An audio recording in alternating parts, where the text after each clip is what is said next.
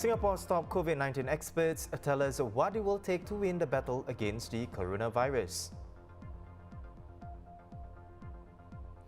PUB says it has isolated the water that smells like pandan, flushing out the affected pipes and tanks. Ready, Set, Shop. This year's Great Singapore Sale is back on and it's taking place online. Good evening, you're watching The Big Story, coming to you live from the Straits Times newsroom. I'm Olivia Koh. And I'm Haryanto Diman. Remember to subscribe to the Straits Times channel so you never miss a single episode. Here's an update on the COVID-19 situation here. 354 new cases were confirmed today.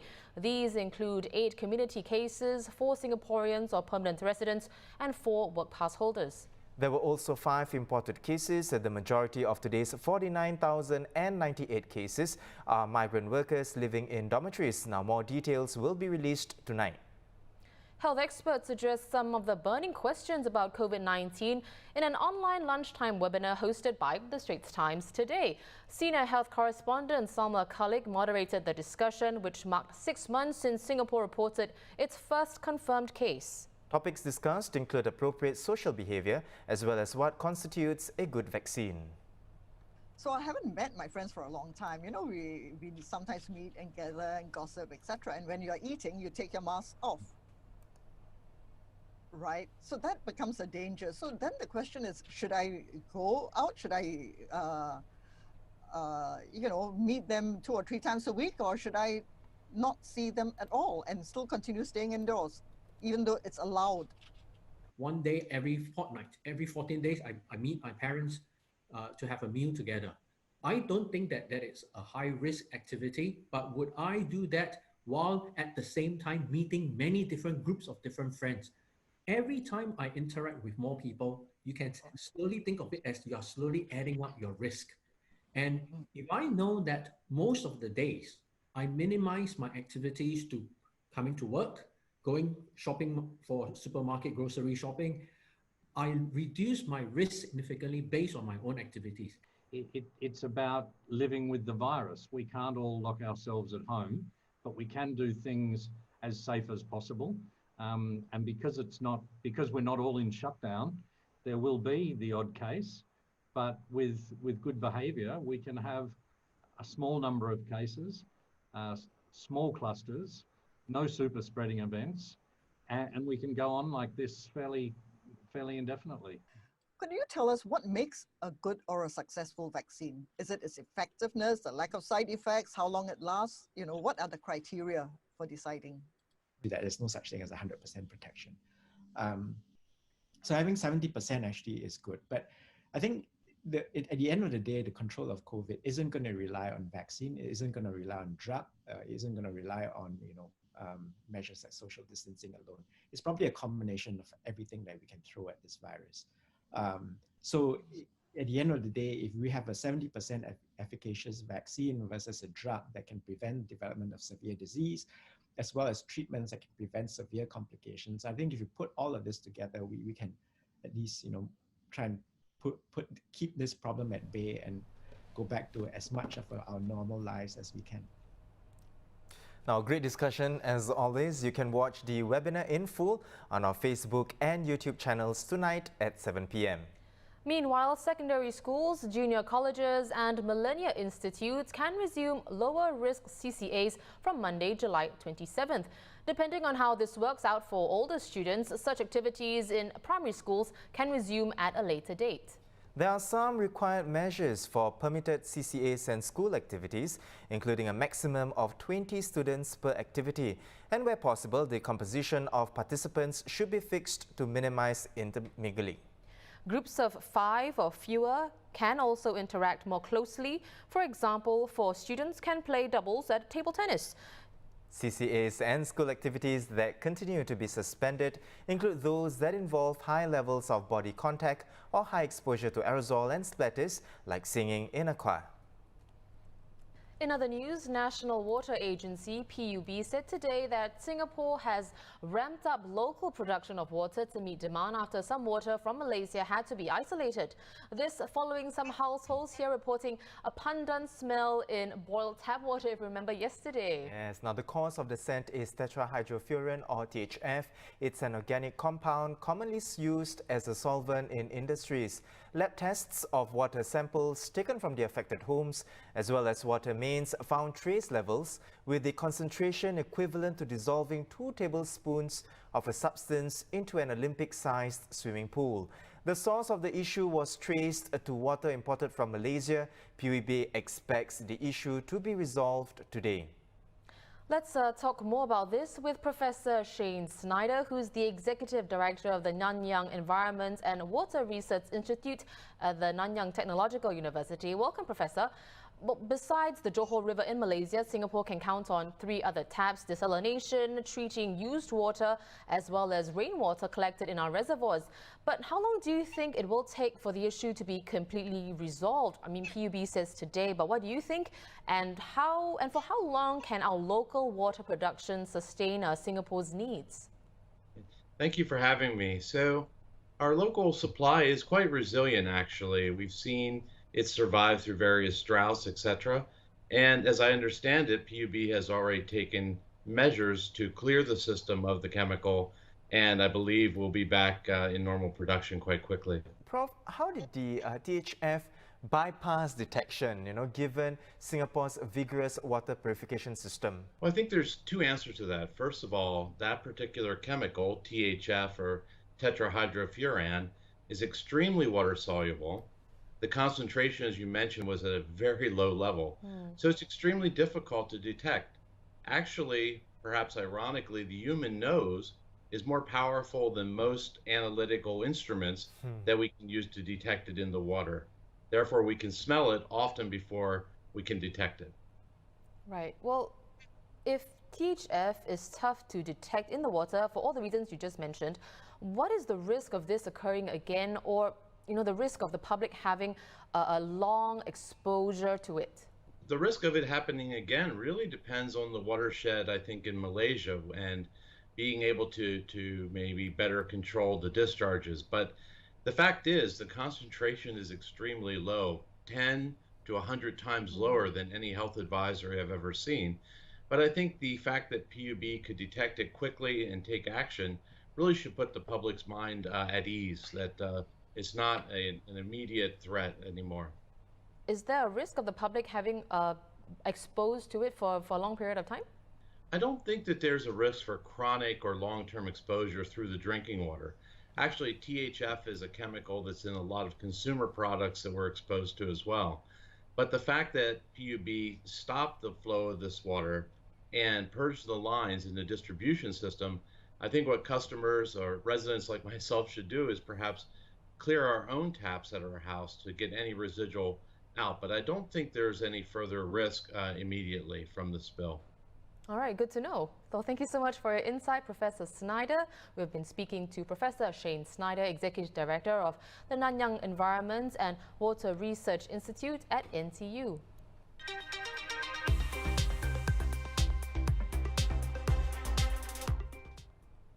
On to other local headlines. Transport Minister Koh Boon Wan's dengue diagnosis was confirmed earlier today. He posted on Facebook this morning that he suspected he may have dengue but said it's unlikely to be COVID-19. With a picture of himself in an isolation ward in hospital while awaiting results of a swab test, Mr. Koh added, "Hopefully it's a false alarm. I had dengue before and it was not pleasant." Soon to retire from politics, Mr. Koh has been preparing his office for the next Transport Minister. New Member of Parliament Jamus Lim has been elected to the Council of the Economic Society of Singapore.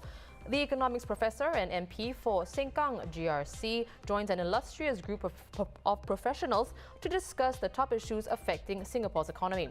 Senior Minister Tharman Shanmugaratnam, Deputy Prime Minister Heng Swee Keat and former Prime Minister Goh Chok Tong are among the Society's honorary fellows. Marina Bay Sands reported a loss of 156 million Singapore dollars in the second quarter, compared to a profit of 479 million in the same period last year. MBS was shut for 3 months from April 7th when the circuit breaker kicked in and only reopened on July 1st. On a positive note, MBS didn't announce layoffs but said to expect delays to its expansion plans, which include a 4th hotel tower. And prices remain subdued in Singapore, with core inflation staying negative for the 5th straight month in June. Headline inflation also stayed negative, coming in at -0.5% from -0.8% in May. That's mainly due to a similar fall in private transport costs.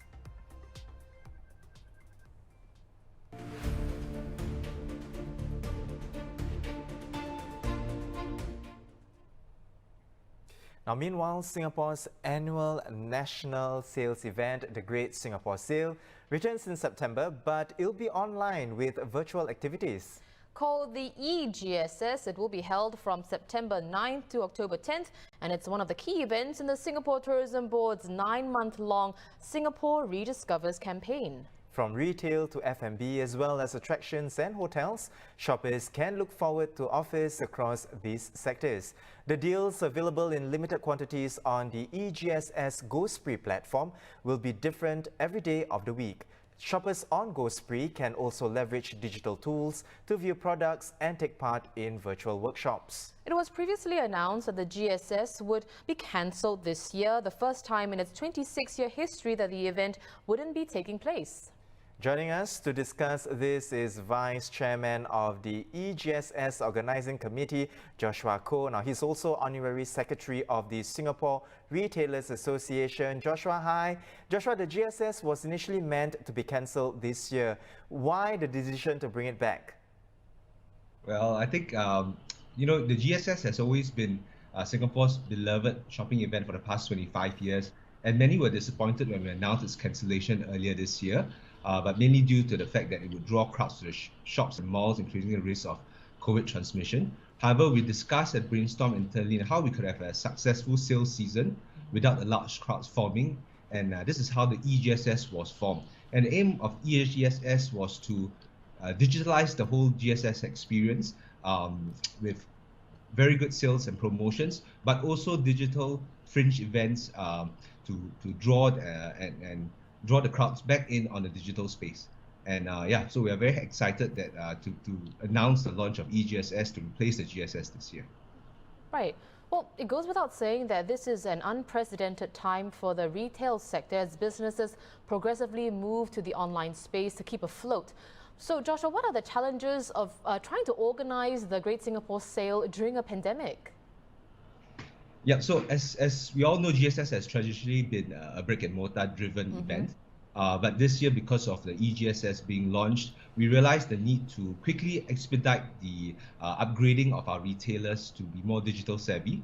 And so when we crafted the whole digital campaign for eGSS, we made it quite hassle-free in that it was a platform via Go Spree that we are launching.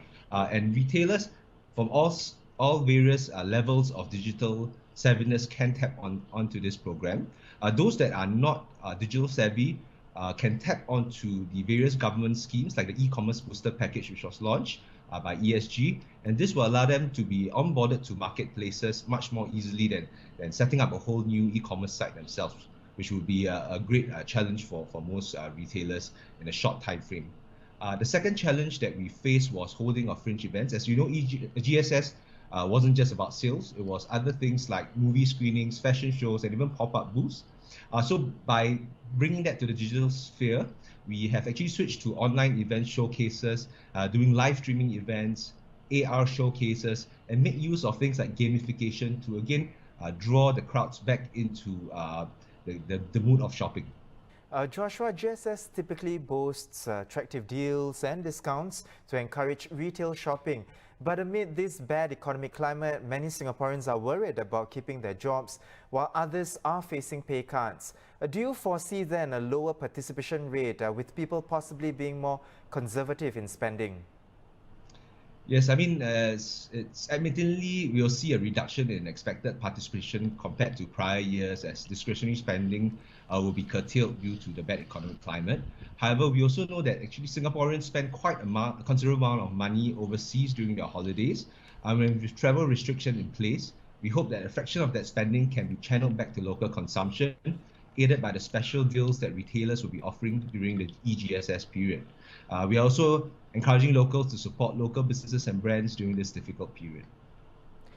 Well, Joshua, your colleague Rose Tong, who's the Executive Director of the Singapore Retailers Association, has been on the show before, right after the first weekend of Phase 2, when retailers were allowed to resume businesses. Now, it's been a month now. Have the retailers seen improvements in their business?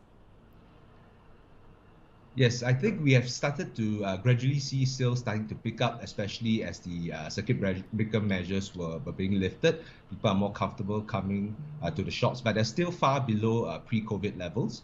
As certain sectors, especially like the luxury goods as well as more tourism-dependent products, are still showing weak sales due to lack of tourist arrivals and spending. But we hope that the eGSS that we are launching will help to help boost sales for retailers in Singapore. Well, thank you so much, Joshua, for coming on to the show to speak with us. We were speaking to the Honorary Secretary of Singapore Retailers Association, Joshua Koh, who is also the Vice Chairman of the eGSS Organising Committee. The annual Great Singapore Sale will go online this year from September 9th to October 10th.